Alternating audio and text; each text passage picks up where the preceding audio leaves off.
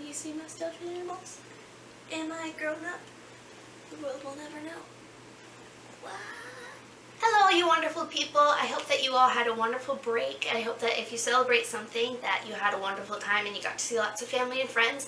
And if you don't, I hope that you at least got to relax a little bit and have some fun. I can, however, wish you all a Happy New Year. So, ta-da, we all made it. So as I was being very proactive and productive during the break,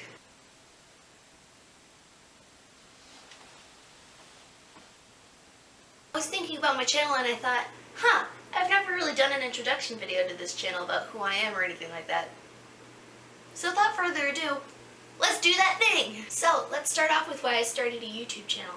Like many people my age can say, I love to spend all of my beloved time on the internet. When I used to, sit around and get bored, my brother and I would watch videos, and I discovered Charlie Is So Cool Like and Michelle Fine, and another girl I used to watch used to do nail designs. I don't remember her name, but I just remember being fascinated with what she did. I also remember starting to watch Alfie Deyes and Pointless Blog and Marcus Butler when they used to live together, and I remember watching their videos together and thinking that they were so funny. And I think one of the first videos I ever saw of them that I most clearly remember is a video where they were opening a haul of stuff from fan mail and that kind of thing, and I just remember thinking that that was so cool that there were people out there that were watching these videos and watching these people, and they just did it by themselves. The first time I really became obsessed with YouTube though, and really got the YouTube obsession thing, I think I was in 6th grade, and I went over to my friend's house and she showed me my first ever Dan Is Not on Fire video. May have a slight Dan Is Not on Fire obsession. He doesn't need to know that. If Dan Howell ever sees this video, you didn't see anything. But anyways, my first ever YouTube obsession probably was the channel Dan Is Not on Fire. The first video I ever saw of him was a video of him and Carrie Fletcher making a video together about whether it was worse to be a boy or a girl, and I remember thinking that it was just hilarious. I thought that it was so well played, and I loved the chemistry of those two together, and I just thought that it was really funny. So after my friend showed me that video, I went home, and then for the rest of that night, of course, I binge watched every video that Dan Is Not on Fire had ever made, because I have no self-restraint. From there, I started watching Amazing Phil, and then from there I learned about Kick the PJ, and then after that I started watching Tyler Oakley and Troye Sivan, and then from watching Pointless Blog I started watching him again. I discovered Zoe and Joe from Zoella and Thatch Joe, and I remember thinking that it was so cool, and I loved everything that they did, and I don't know, I just loved the way that they helped people. And I wanted to be able to do that too. So I started my own YouTube channel, and in the words of Dan Howell, this is kind of my internet support group. Oh, so you want to talk about hobbies? Sure thing.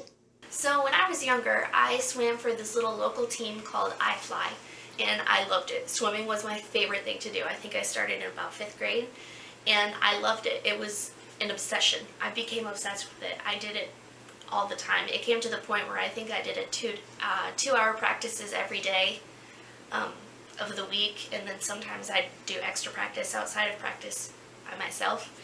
Then I started to become a little too obsessed with it, and I started to do everything because I wanted to be perfect, which led to an eating disorder, which led to me ruining my body, which led to me not being able to swim anymore, which is a sad story, but we'll talk about that another time. So I had to quit swimming, and then I was bored, and I was like, what am I going to do with all my time? So I kind of resurfaced all of these hobbies and things that I like to do, and I started doing stuff like playing video games.